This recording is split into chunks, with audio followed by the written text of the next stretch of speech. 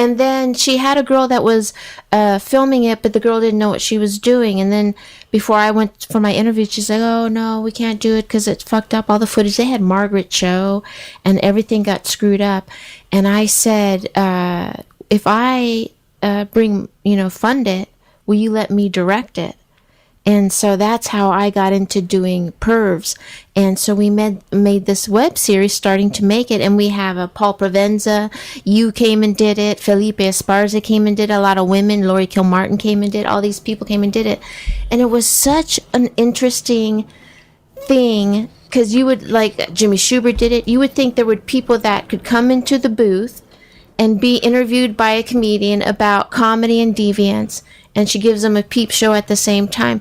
You would think how boisterous some of the guys are, that they'd be able to deal with it. And it was really cool to see who can really deal with it and who can't, and who is a secret perv and who isn't, you know what I mean? And it's so way different than what you expect. Like, you're talking about your friend that is now a policeman in San Diego. Like, you guys went through this really creepy, deviant teenage period, and how for some people, it's not their lifestyle, even though they experiment with it. And I can't even imagine being 13 and 14, and my first time at sexuality is at a place like that. I can't even imagine. What do you take away from that? How fucked up it must make you in a sense, right? But all of that to me is so fascinating. And not even that you just saw sex, because that would have blown my mind. But like, porn stars for the most part are very like good looking. You saw like people who were drugged up. Like, what did the guy look like? The guy couldn't have been he must have been on drugs too, right? It was just, then I ordered porn, like a little, when I lived in Jersey, those kids were active in every single way, that whole neighborhood. And it was always like we were always up to something. And that was one of the things we were up to. We went after porn. Again, when we were younger, Felicia and I, you could go into the back of a penthouse and get 3 Super 8. Oh, right. Super 8, it was called, reel to reel. 3 porno movies for $20, and they sent you a little fucking makeshift projector that was a piece of shit. Right. So that was another thing we did. We ordered that one time, and we took it up to my attic, and we watched them. And it was, I wish that porn was still around to show people what porn from the late 60s and 70s looked like. Was not gentle. It was just horrific. Yeah. That stuff was horrific. It was just mortifying. The more I think about it today, I'm like, I even wrote a bit about it that gave it a little justice. I liked the bit because I would say, Jesus, I gave that such a funny take, but it wasn't funny.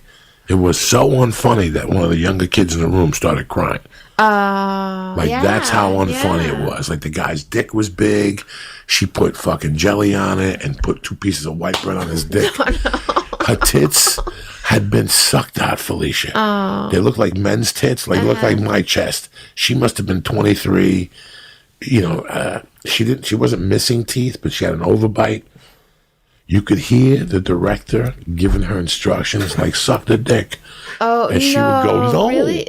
No. Like, well, no. Like, she would have, like, it was crazy. Yeah. And then he would put the dick in her face, and then she would grab it, and the guy's dick was gigantic. Like, that's when they made super dicks.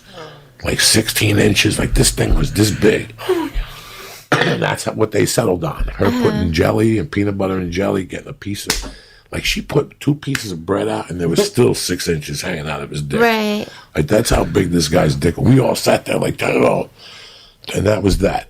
Do you think when you guys were doing it at that age, obviously you have a tremendous curiosity about it and an urge, but do you think that it got to the point where you guys were ordering films and doing all that just because it's one-upping each other and just in a group we do it together as partners.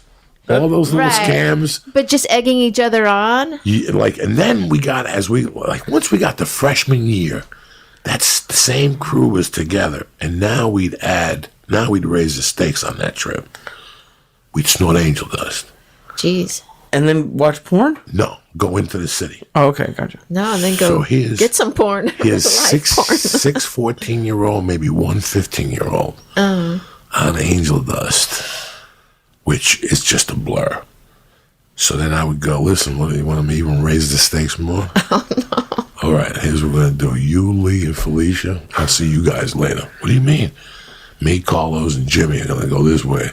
We'll meet you at 4 o'clock at Portatoria on 181st Street. It's 48th Street. We're going to meet you in 3 hours. Nah, it's 11. We're going to meet you in 5 hours. We take the A train. Kids, you know how many things could have happened to you? Do you have any fucking idea, Felicia? A trains, getting on the A train to the Bronx with junkies nodding. And you're on the train with 3 of us like giggling and shit. But I've been going to the city since the 5th grade. 4th grade. That was what I did on the weekends. My mom had no fucking idea. What would you do up there? In the city? In the Bronx. Walk around, get a slice of pizza. Like, you have no fucking idea what could happen to you up there in those days. But did you just say you snorted angel dust first? Yeah, we'd snort angel dust first. We got into angel dust the end of freshman year. You're talking like it's normal, but then... It was huge. It was $10 for a bag, and 3 people could get high. I mean, fucked up. What kind of high was that like? Gumby. Meaning? 10 Valiums. It's like eating a bunch of Valiums, and all of a sudden your life is flashing. Like, the whole day is just flashing. Like, you're just flashing. You're fucking high. You know, you're Gumby. That's what we call it, Gumby dust. You were just Gumby. Yeah. And we'd walk those streets in New York, get involved in 3-card Montes, take an A train, get off by Cedar Sinai up on 165th Street. We'd walk around there. We'd see if we could get weed. You know how many fucking things could happen to you when you're 13? You're trying to get fucking weed in the city. And we'd get it. And then we'd go up to the platform. They would show up. We'd go to OTB, off-track betting, go in there. You know how many things could happen to you in there? That's Pedophileville. Right. Off-track betting is Pedophileville. What's in that time period? What's the worst trouble you guys ever got into? And not trouble like where you got caught, but the worst situation where you had fear of like this is going at those strip clubs when the women would lure you in and you go in there and sit next to them at the bar, and then they come with a bottle of champagne. Those bottles are $20-something bucks, man. And the fucking bouncers would go, "What the fuck? You guys don't have no money. Empty your fucking pockets." So we'd go in there with some money already in our socks. Like, we were just fucking, crazy at that age, but I still remember, we've talked about those Peep shows before. That was why when you did the film, I was very interested. I go, wow. And that was an older style. That one had a thick bulletproof glass. Yeah, it had a glass and had the machine. You have the phone. When's the last time you seen the machine where you stick the money in? And, we're going in like fucking Marines, you understand me? Welcome to church, motherfucker.